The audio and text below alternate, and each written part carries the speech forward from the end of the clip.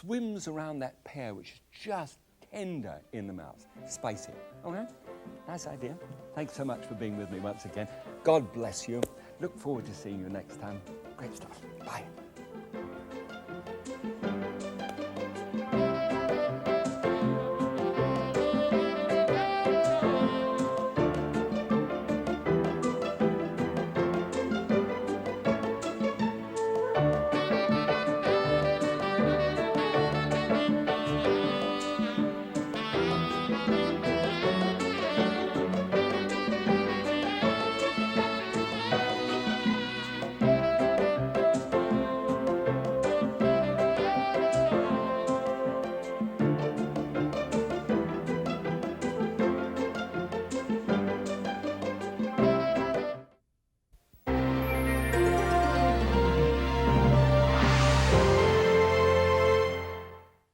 Welcome to Graham Kerr's Kitchen. It's really two programs in one. This is a series that appeals to your creative side. Food that is sumptuous stuff. How could that be? This is a program about people who want to eat healthy and reduce calories. Actually, it's about food with an aromatic quality that fills the nose. Oh, sure. But it's also about keeping my arteries clean by reducing fat. But it doesn't mean a thing if the food isn't rich and colorful. Maximize the flavor. Okay, but I must have healthy food that I can cook in minutes. I must minimize the risk. So welcome to Graham Kerr's Kitchen, where we get our heads together just for you.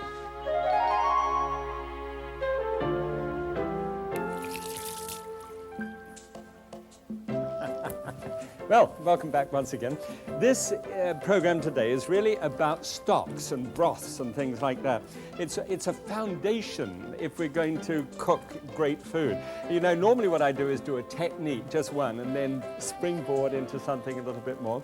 This time it's all technique, wall to wall. Got 4 different things for you. Come through. Actually, what I'm going to do is try and explain the difference between a stock, broth, and water, I guess. I found out that when you take the fat out of something and the salt out of something and the sugar out of something, it can be horridly bland, and it really needs all the aroma, color, and texture you can master to get into that. And one of the ways of doing that is to look at whether water will do it. Well, when water has got, you know, this fat fellow in here, and he's got his hands out either side bracing and doesn't want to sort of leave it for a moment, it works. You can actually put water into a dish and the fat will carry the flavor. But when we've actually gone to the process of banning fat from the thing, you do need to have this remarkable substance called a stock or a broth. Now, the big A is what I want to try and make the point. It's got to be aromatic. Every single thing that you can do to make that liquid aromatic is important. And so today we're going to look at 4 different ways to make water aromatic. Ready? Come on, let's go.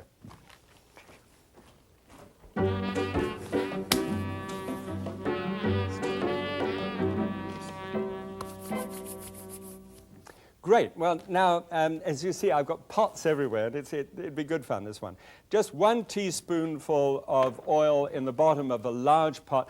I don't know what kind of large pot you've got, but you need to have a large pot, something which is going to hold about 12 pints at least in order to be able to make a decent stock.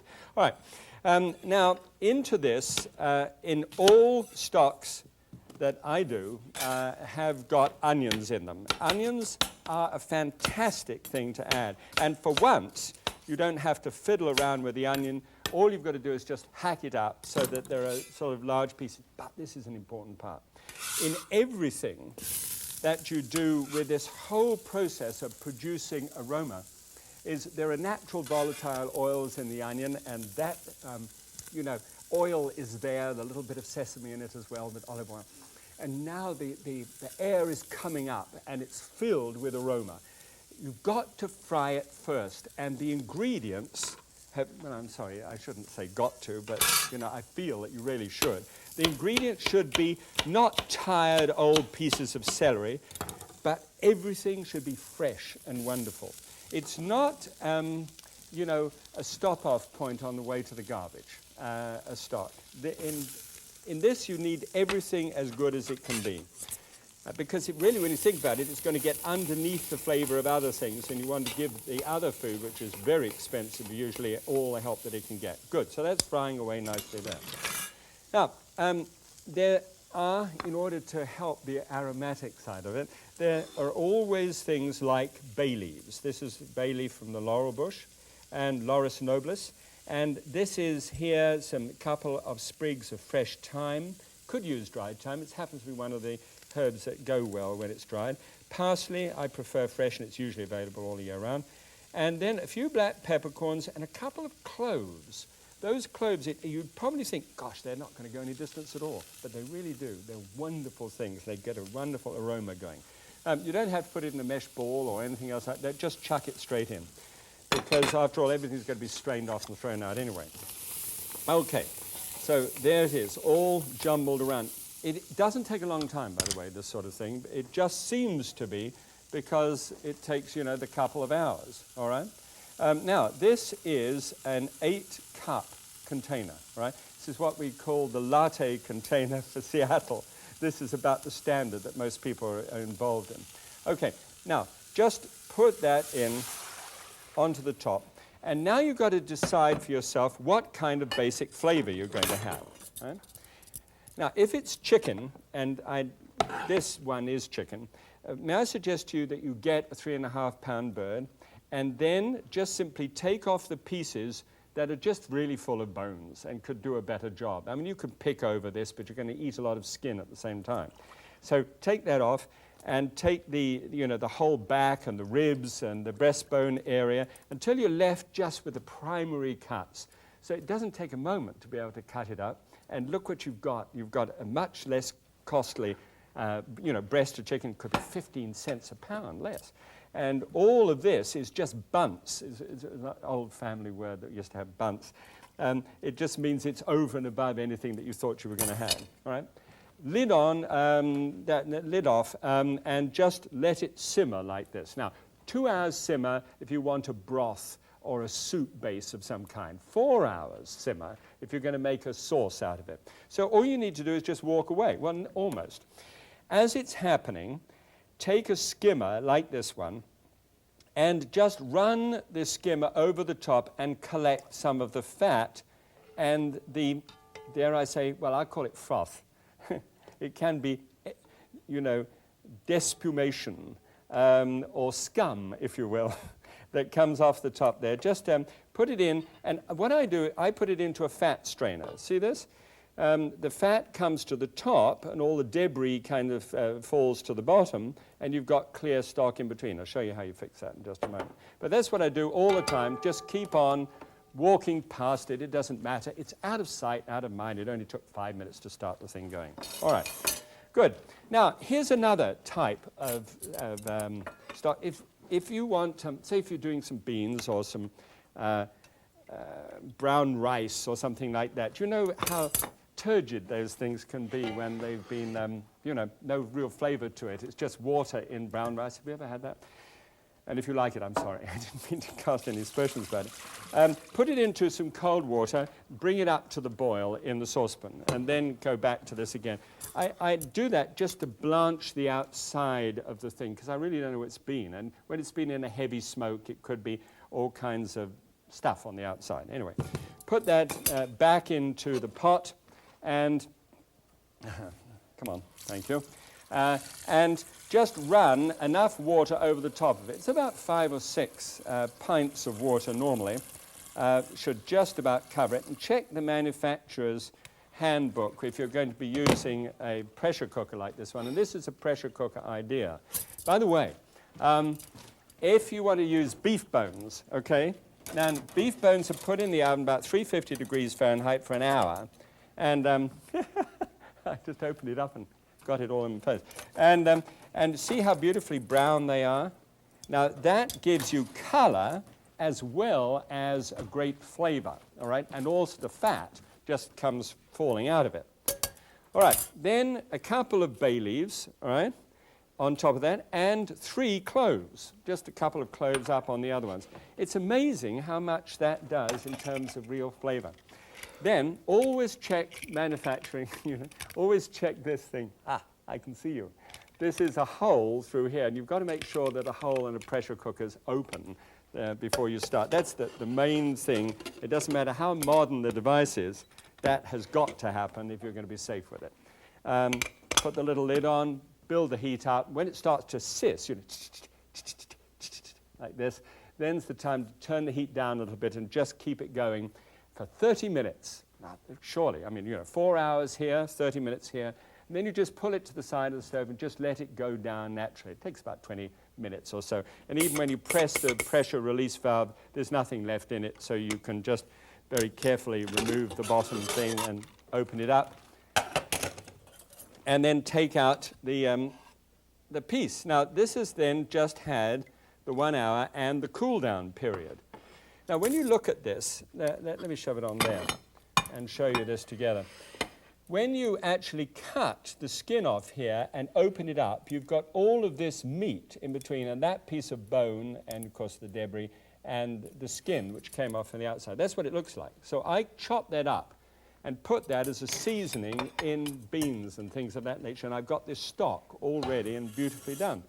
All I need to do with that stock, is just pour it through some muslin into a bowl like that, and whatever debris I've got is just strained out of it, and it's done. Now, genuinely, if you put beef bones in there, and they're brown, you get this lovely amber-colored sauce out of it too. Okay, so that goes over there, and then I always pour that into a fat strainer. Now, when it pours into a fat strainer, then if there's any fat at all that's still on it, on the top, I'm going to be able to get rid of that because it's going to rise to the surface. In exactly the same way as I handle this, as I strained it constantly, and because there's a lot of debris when you strain constantly, it's a good idea to always put it through a sieve on the way. Come on, I'm trying to do this too quickly.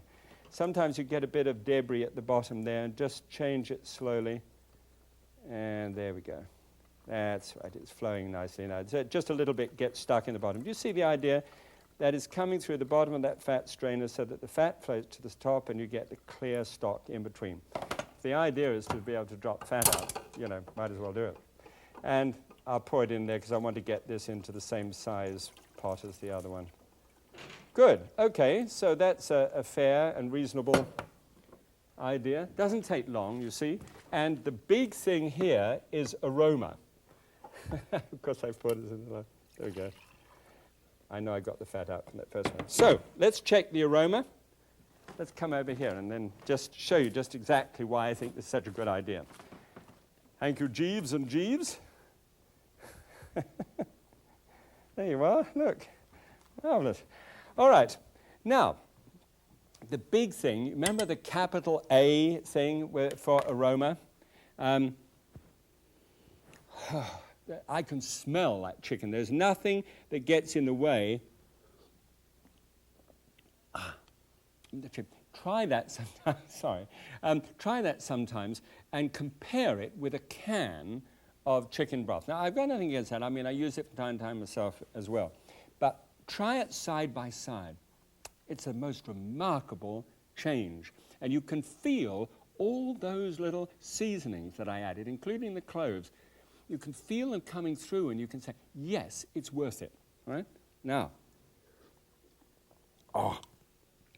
golly, I'm sorry to wax so enthusiastic about that. That is so good. It's got a smoky kind of taste to it. When you're cutting down on bacon and that sort of thing. This goes straight the way through the whole dish, and it's wonderful. It's very good from that kind of food point of view. Okay, all right.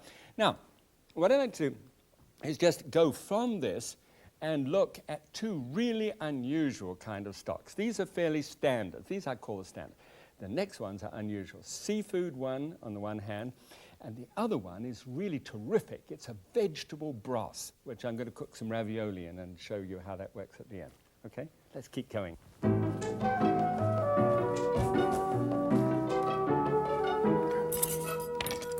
Okay, now this is where the great restaurants are really coming into their own nowadays, because they've actually decided that the heavy sauces of the past may not be just what everybody wants.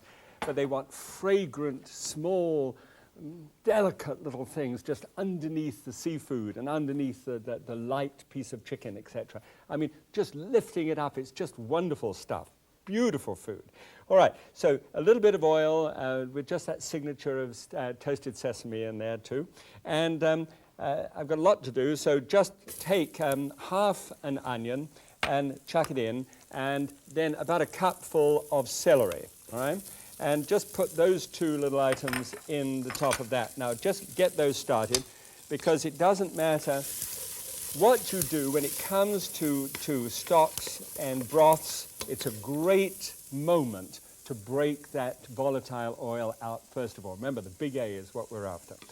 All right, now, sometimes there's an aroma which isn't too good, and this could happen if you get fish bones from the fish market. Now you say to the fish market, I want the freshest bones that came out today, and he said, certainly sir, and he goes around and he brings these out for you. Now they could smell a bit woofy. Now woofy is British for on the nose a little bit, but not such a good idea. And it could get like that in the car somewhere. So what we do is this, take some freshly ground sea salt. This is what I have in this salt mill. And quite a lot of it, until if you were to put your finger in it and taste it, it would taste like the sea.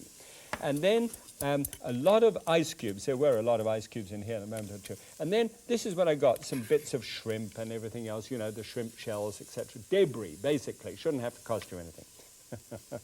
I just mentioned this and it'll cost you an arm and leg. So here, then they come out when this is just fried, just a little bit here. Just simply take those pieces of fish straight from there, and if you were to smell them, it smells like the sea. It's ozone. It's the most gorgeous smell. And then go hunting for the shrimp shells and everything else, throw those in too. And then place in with this a little parsley. Oh, I'm so sorry, wrong plate, nearly did it. A hunk of parsley, a little piece of bay leaf about here, 2 strands of fresh thyme, not overdoing it. It's all going to be very delicate. And then some dill, just a couple of inches and 2 branches of dill, like that. It has the most great smell. And then 2 little cloves and about a dozen black peppercorns. All right, all in. Toss it all around together. You don't want high heat. You don't want high heat at all. The idea is just to break open those oil, and then you stick about 5 cups of straightforward liquid onto the top. And now, here's the other really neat thing about it. That only takes 25 minutes. Beyond 25 minutes, something bitter seems to creep into the bones, and it doesn't work well at all. So set that for 25 minutes. Now this one has had 25 minutes, so you can get some idea of what it's like. It hasn't boiled, it's just very gently simmered. Right? Take a piece of muslin, a stainless steel sieve like that, hand sieve, and just gently pour that through into the sieve, just like that. Now there's a lot of debris in there, but don't worry about it. That's going to have to be thrown out. I use old newspapers that are not going to be recycled. And they can just turn it straight into a newspaper, wrap it up, and sort of put it out. All right. Now, there is the stock. Now, come on, Graham. And pour it into a fat strainer and just leave it there to be able for the oil to come to the surface if there's any fat in there at all and you want to get rid of it. Great. Now the other one. This one is an absolute essential. Teaspoonful of oil again. And this is what the great people are doing nowadays. And thank God for them, because they are doing such fabulous work. Things like leek and carrot and celery and ginger root in an amazing way. This fabulous invention, this ginger, this rhizome. And here the garlic. Isn't that nice, the way that's all happened? It's just sort of all naked and like, that's what it looks like when you see that thing when it's all wrapped up. And then the onion, of course, and a turnip. Have you seen the turnip? It's a marvelous thing. It's got a slightly sweet taste to it. And these things, all chopped up together, go to make a wonderful stock, totally vegetable stock. So there is the oil in the bottom with just that touch of sesame in there again, which is such a good idea. So that's a cupful of onion. I always give you all the ingredients, by the way, but if you ever run out of time, then there's the book, you understand that. There's a little half a cup of carrot and half a cup of leek and half a cup of celery. Isn't this exciting? My goodness. A cup of turnip, all diced up, and it doesn't matter. I use fairly small dice because the smaller you dice a thing up, the more extraction you're actually going to get from the vegetable during the 30-minute cooking process.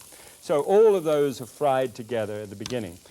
Together with the more pungent vegetables here, which are the garlic cloves, of course, and that's the old bash and chop. Just give it a bash. No need to give it a chop. Just straight up and in. That's with the ginger. Now, the way the ginger is cut, you actually take a grater, a little fine grater, and you just grate the end of the ginger root, like so that will distribute itself throughout the dish. Now, the smell is gorgeous. Well, I'm sorry, the aroma. It just comes up and caresses your nostrils. And if you can imagine such a thing. Here, then, I need another 5 cups. Thank you. This is the little electronic eye under this thing, and it doesn't see, it stops when it's clear glass. All right, so pour that on the top, and then you've got the fresh herbs to go in, which are very small, almost insignificant. A little parsley and a few peppercorns, which we can just roll in the bottom, about a dozen or so peppercorns. All right, no salt, notice. Just stir it all around and let that simmer for just 30 minutes. At the end of which time, you've got something that looks exactly like this. It looks sort of, can you have a look in there? Then they look grey in comparison with that. I want you to see how run down and tired it looks. I mean, I look like that sometimes in the morning. And why I showed you that is because I'm sure you're going to be tempted to say to yourself, well, I could cook with those. I'll use them. I mean, I'll make a marvelous little soup of some kind. Don't do it. They're dead. They've given up everything they've got. Their gastronomy was their whole reason for existence. Here, just pour, I missed that one. I did such a good job with the last one. And here is then the stock which comes from the vegetable stock. All right. And here is the chicken stock, and there is the stock from the ham hocks that we had before, and there is the fish stock. Right. Now, the big aroma is tremendous, but before we just get to that, I want to show you one last thing. See this? Now, that is an ordinary ice cube tray, right? Now, what I do with an ice cube tray is make extra stock every time I make it. Pour it into an ice cube tray like this one, and then take out the cubes and write on a package, right here, ice cubes and the date that they went in. 6 months should be an absolute maximum that you'd keep things like that. All right, nifty idea, because then when you're ready to make a stock, you don't have to suddenly say, oh goodness, I can't do it, it's just too hard, and then use water, and then, it's all over. So here it is. That's the vegetable one. That's the ham hock. The chicken. Oh, the fish. And the chicken. Just a magnificent array of aromas. It is good stuff. Please try using them. And I'll show you what happens when you actually use it in a modern dish. Right? The modern dish that I wanted you to see here is actually a ravioli. And ravioli are terrific things when you just look down into there. They cook in that magnificent stock as against the thick cream of the classical kitchen. All right. So if you look at that and wonder what that does to the dish, and this is the same dish here, the same ravioli, but cooked in the 2 different styles. 488 was the first one. Now you drop down 300 calories. Just that's the difference in the sauce, the same content of the food. 12 grams of fat, so you've under half that. The 17 of saturated fat, 6. So we've got that down to 35% of calories from fat. And of course, you'd have vegetables with this as well, wouldn't you? I mean, you just wouldn't serve that as just a main dish. So when the vegetables get in, that compresses that 35%. Then cholesterol, 164, so that's down to 304. Look, whistle down. And the sodium. And the dietary fiber is down to 2. Well, it's up, actually, 2, which is just as well with all that trouble. Okay, so there is the dish. Now, I get a chance to be able to eat this, and I just want to nosh into one of these. Actually, 2 of them, they stuck together.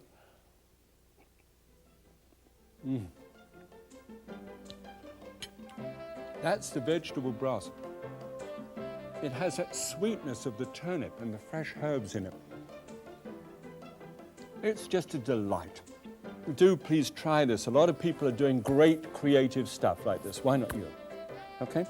See you next time. God bless you. Bye-bye.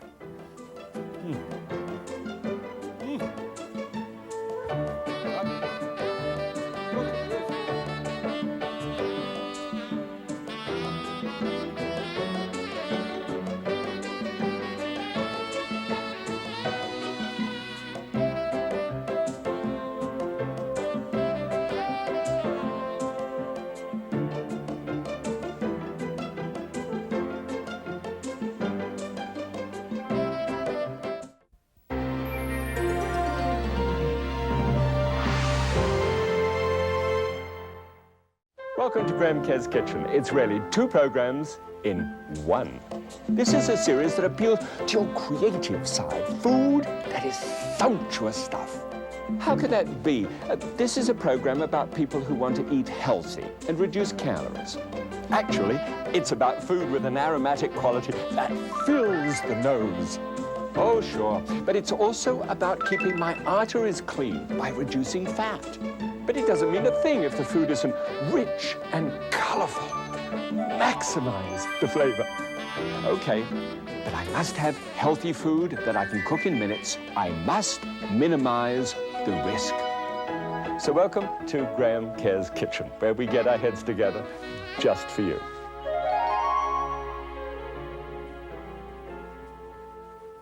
Well, welcome to the Saffron Kid. I mean, it's the smallest ingredient of the whole program today, and yet, you know, here I am. Well, anyway, a simple little way of cooking rice, a bit more than just simple, a fantastic way. I'll wrap around a tiny little recipe for you, and then actually build it up into an incredible dish for Christmas. Something that I think would work so well, full of color and texture and everything else.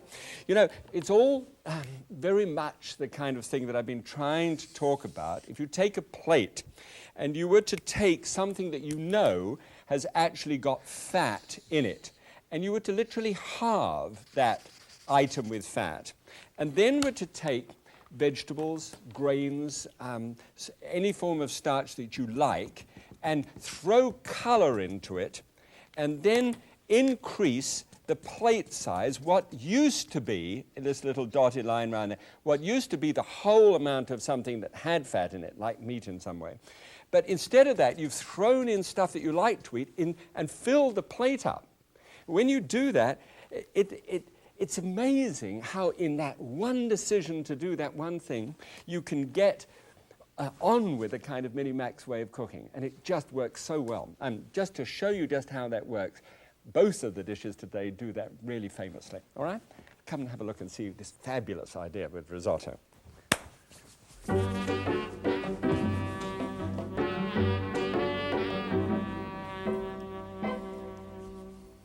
Now, the risotto, you know, just fasten your seatbelts, it's okay. I mean, I'll give you everything you need to know.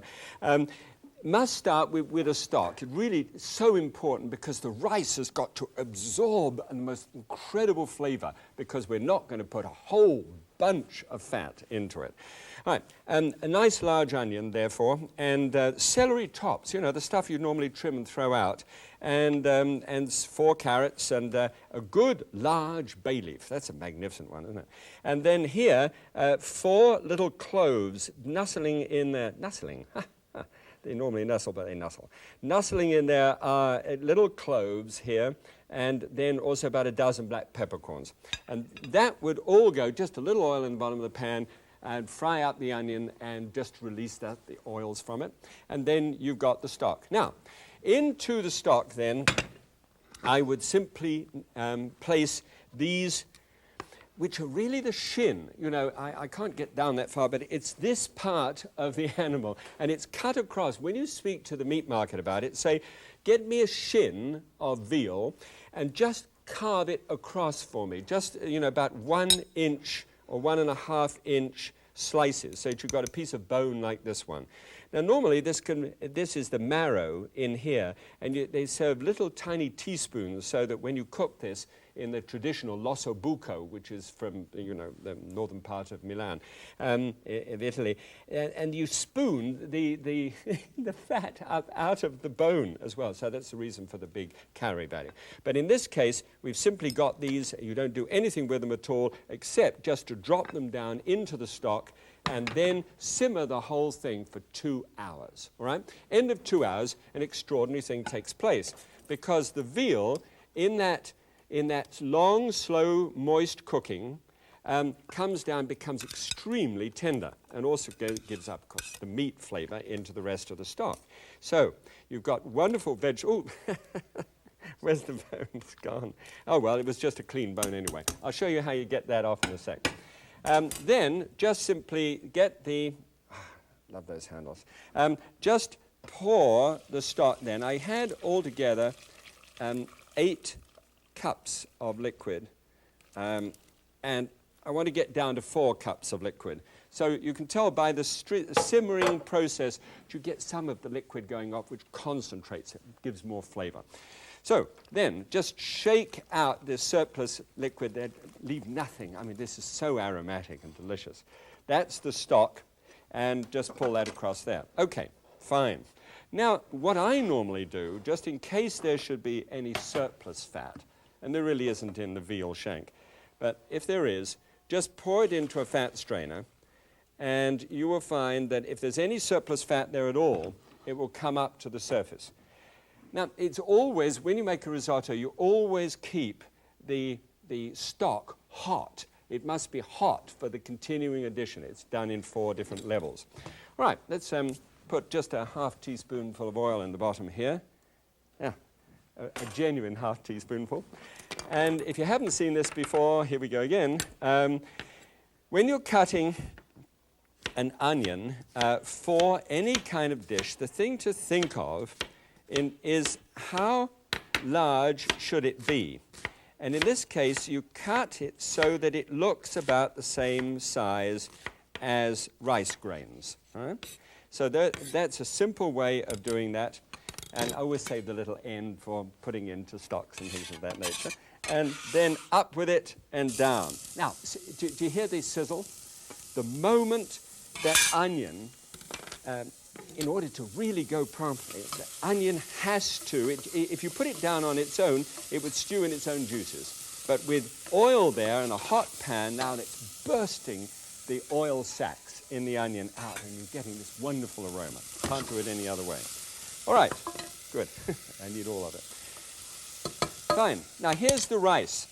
Now this rice is called arborio rice, and it comes from the Po River Valley, just north of Milan, north and across a bit, northeast. Here it is. It's a lovely fat grain of rice. This is long grain rice to give you some idea about how large it is, and this is long grain brown rice, you know, to just show you the different kinds of rice. I need a cup of it, and just ask for it by name, and then in the supermarket, they're very cooperative supermarkets nowadays, really understanding that we want to cook. All right, instead of just buying things in 300-calorie frozen packages. And so when you've got that rice, just throw it in and just mix it up with the onions. It just does fine. All right. Now, into that, which is hot, you put 1, 2, 3, 4, 5, 6, 7, 8 cups of a dealkalized dry white wine. All right? And then this... This is the world's most expensive spice. This is saffron. and thankfully, you don't actually use much of it. It takes 250,000 of the little stigma inside a crocus. They actually pluck the little strands out of the center of the crocus and put that into. And I need 1/16 of a teaspoonful. I mean, literally tiny amount. But it is fragrant, and it produces the color of my shirt. Just simple. And then roll it up, please, and keep it in a sealed bottle and in the fridge or in a safe, wherever you feel that you want to keep it. All right, beautiful. Great color, and I like the powder rather than the strands because it has more of a density of flavor, providing you get it from someone who you can trust that isn't adulterated with turmeric or something. Okay, so that's on the heat there. So that's the first lot. Now, what happens is you just keep on going, and every now and again, when it gets stiff enough, you stir it up, and it gets stiff enough, and you add then another cup of the stock. And then you keep stirring it, and it takes just 20 to 25 minutes. Keep stirring it, and the arborio rice, the starch from that, comes off and causes this incredibly luxurious, look at that.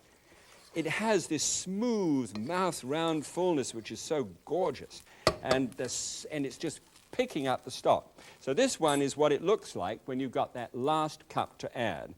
So I'm just going to add one last cup to there. Put it in and stir it. Okay, now you see the stirring over a medium heat. Keep stirring all the time. And this is one of those things where you're just going to have to do it. Just keep stirring like that. It's wonderful. I can taste it already.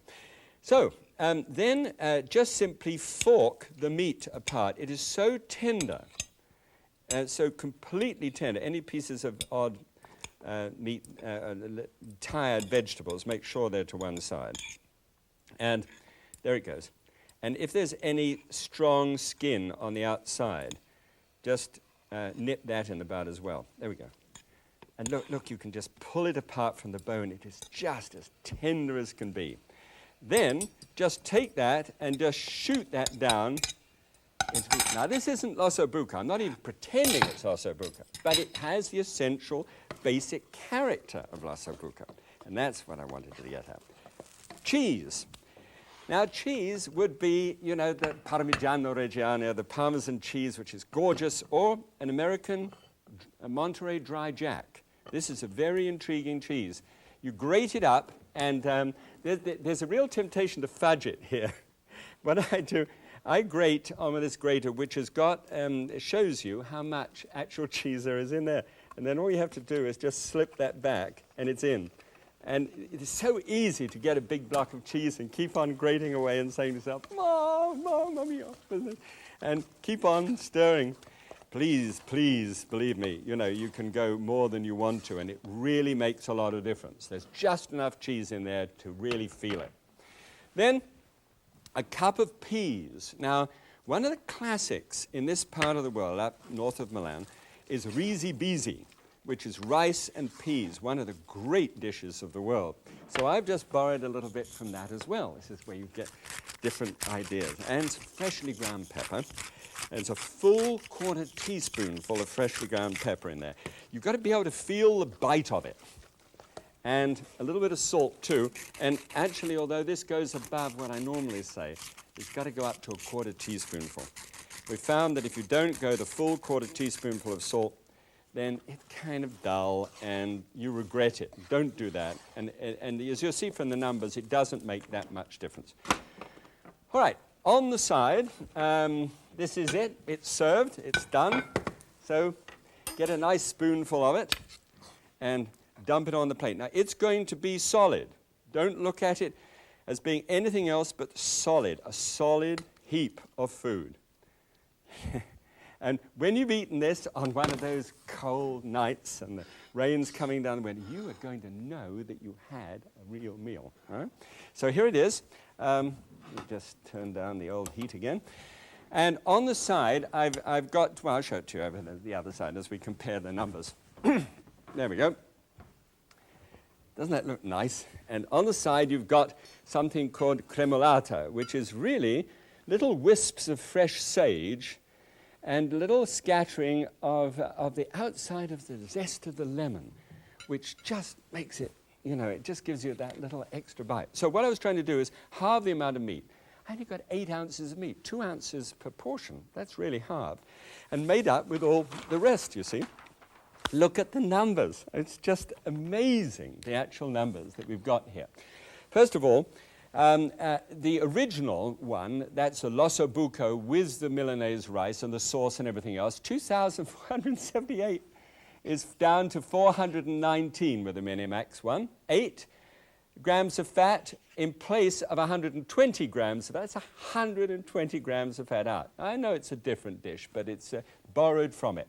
Only 4 grams of saturated fat, and therefore 18% of calories from fat from this dish, which is sensational.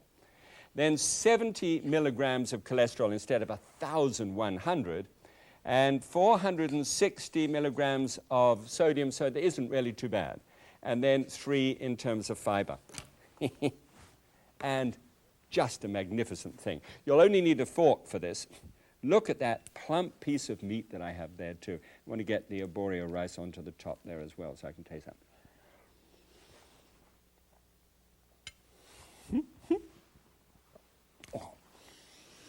Oh, I love it. And make sure that the lemon and the sage is there on the top. It just is a bright point. It just sparks it up at the last moment. Okay, that really is good. Think of the basic concept of the risotto and then springboard into your favorite dish that you'd like to create. You know, it's the whole idea. Okay, so I'm going to create one. I created this one with Robert Prince, who's my senior food associate. Great idea, brilliant idea of his in the beginning. And I hope you enjoy it. It's just great for Christmas. Oh, perfect. All right, great color and all that. Come on.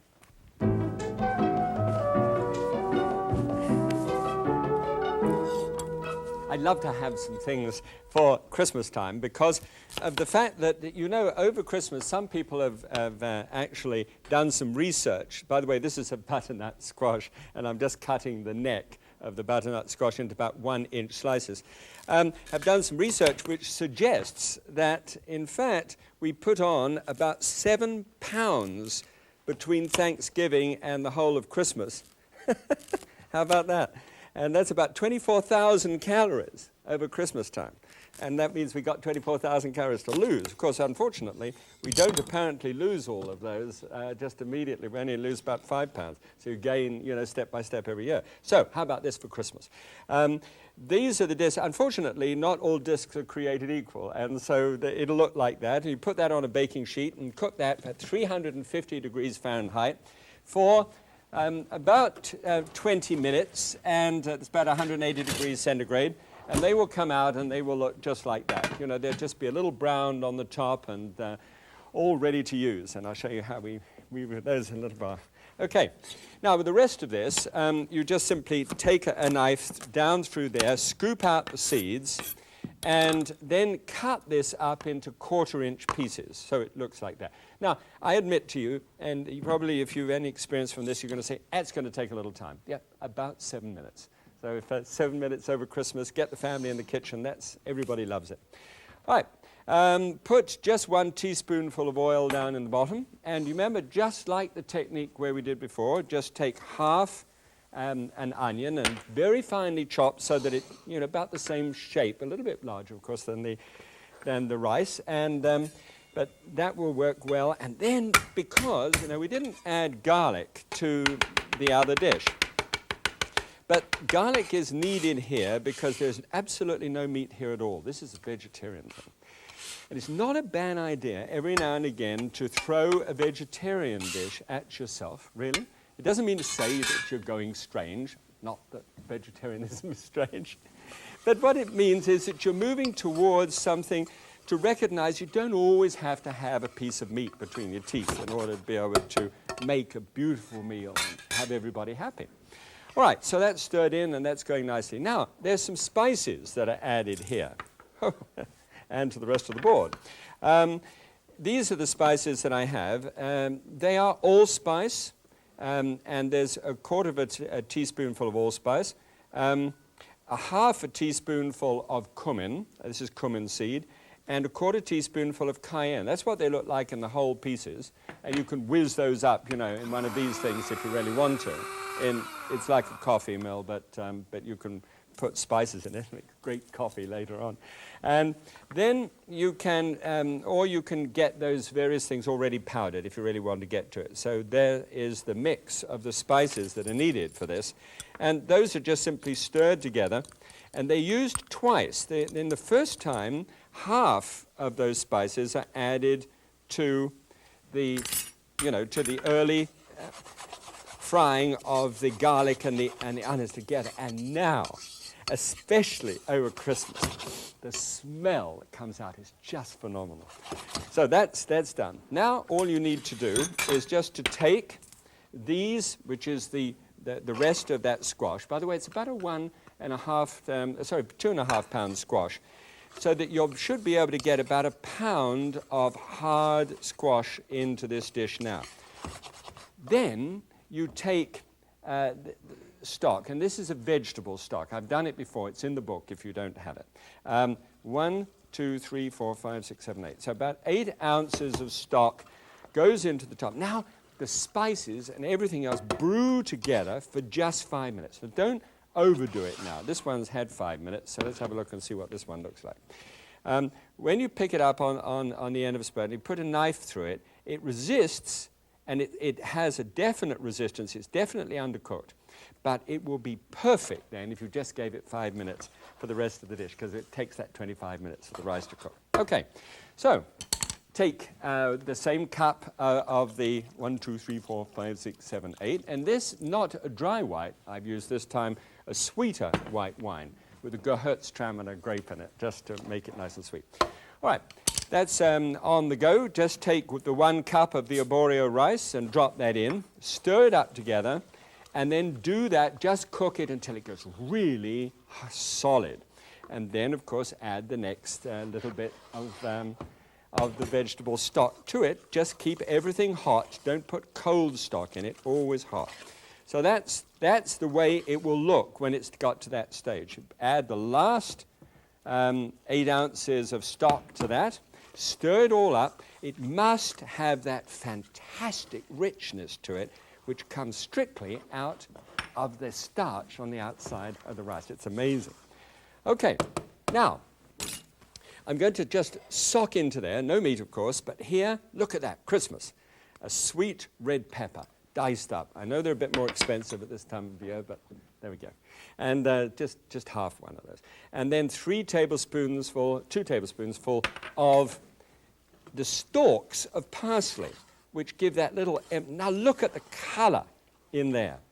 Half a cup of the grated cheese, again from that thing where you can't fudge, and save back a little cheese later. I've saved a little bit of the garnish here. I've got the parsley and the whole thing all together in order to be able to have that as a garnish over the top. So just a little bit left behind to scatter on the surface.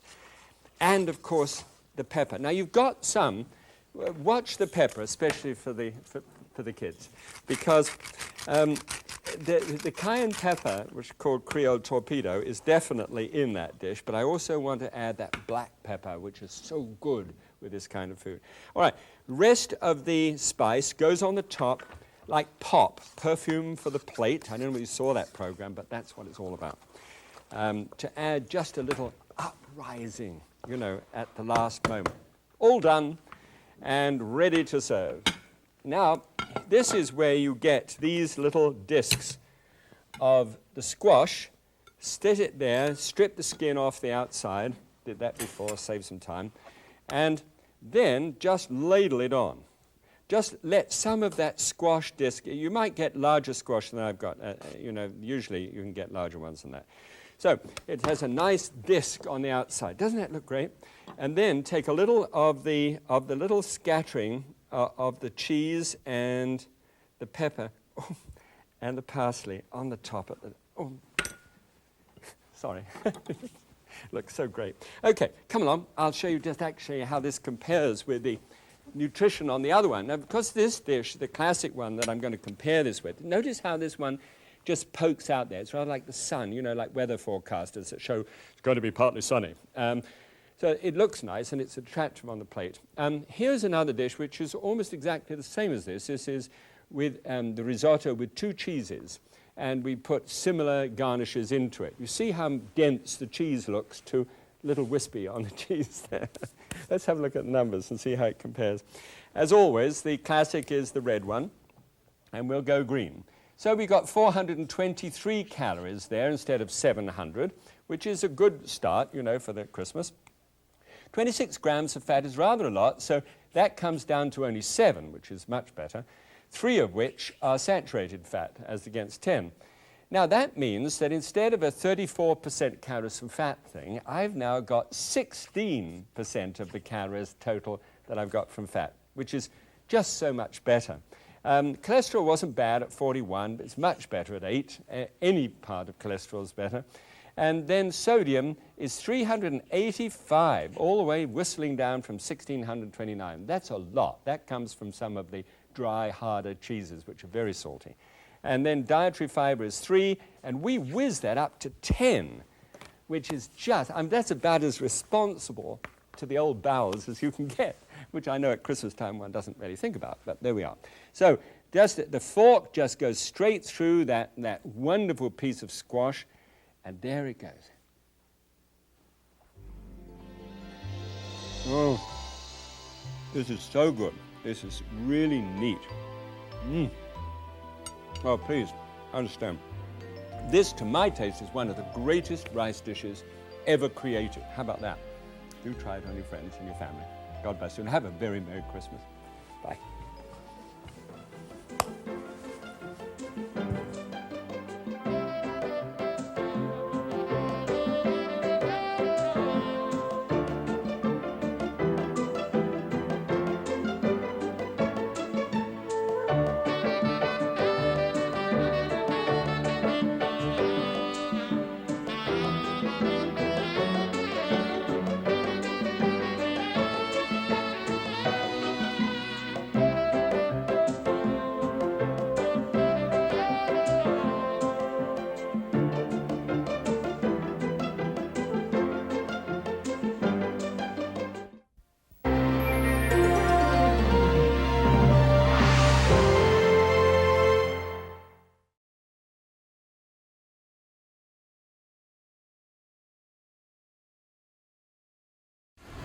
Brazilian coconut shrimp. The ginger, cilantro, and coconut milk give this a sizzling tropical flavor. Garlic sesame halibut, the sweet garlicky taste of Southeast Asia. And snapper grilled in banana leaves, Yucatan style. The locals call this tican chic. I call it irresistible. Today, it's Fish on the Fire. I'm Stephen Reichlin, and from the beautiful Esplendor Resort in southern Arizona, it's time to grill.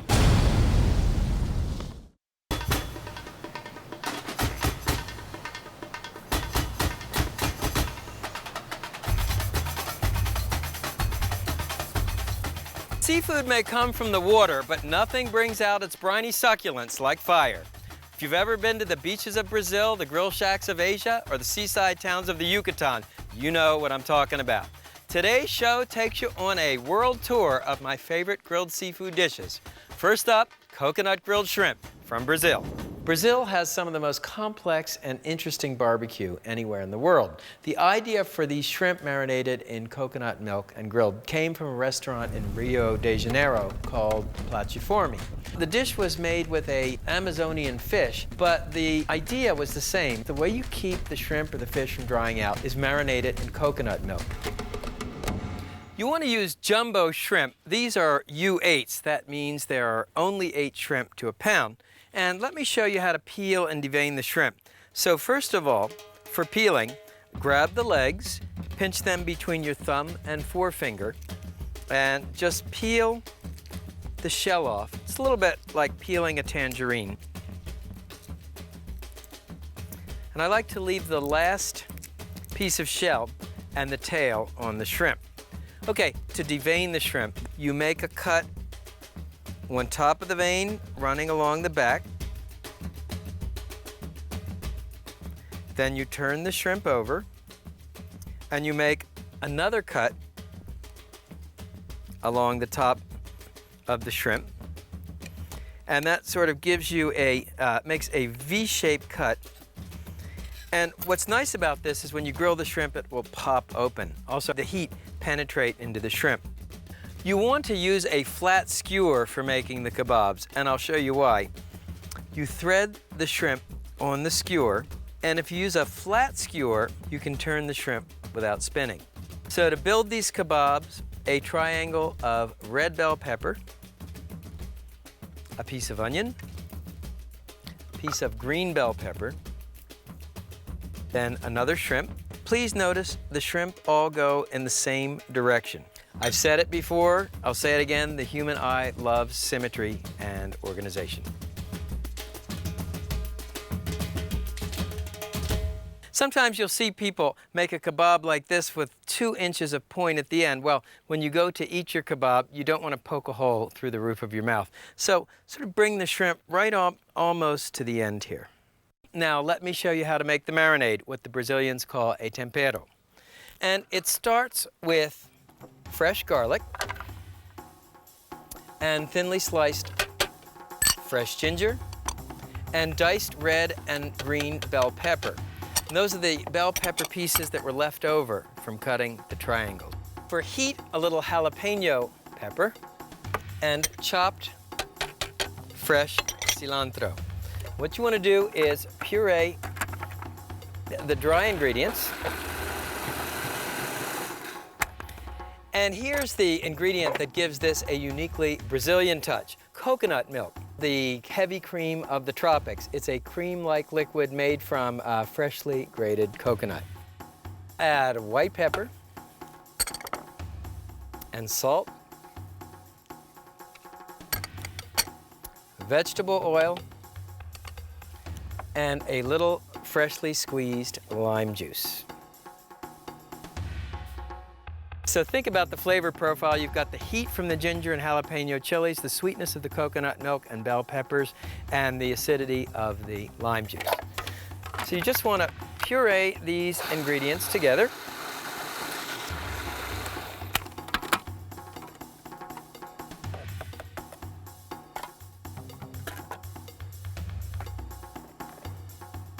Now pour the marinade over the shrimp. And you can see we're working over ice here. Always a good idea when you're working on a warm day outdoors. And because shrimp are so small, the marinating time is quick. 30 minutes to an hour will do it. Let me show you how to set up the grill. The process here is direct grilling, and as always, we want to keep it hot. We want to keep it clean.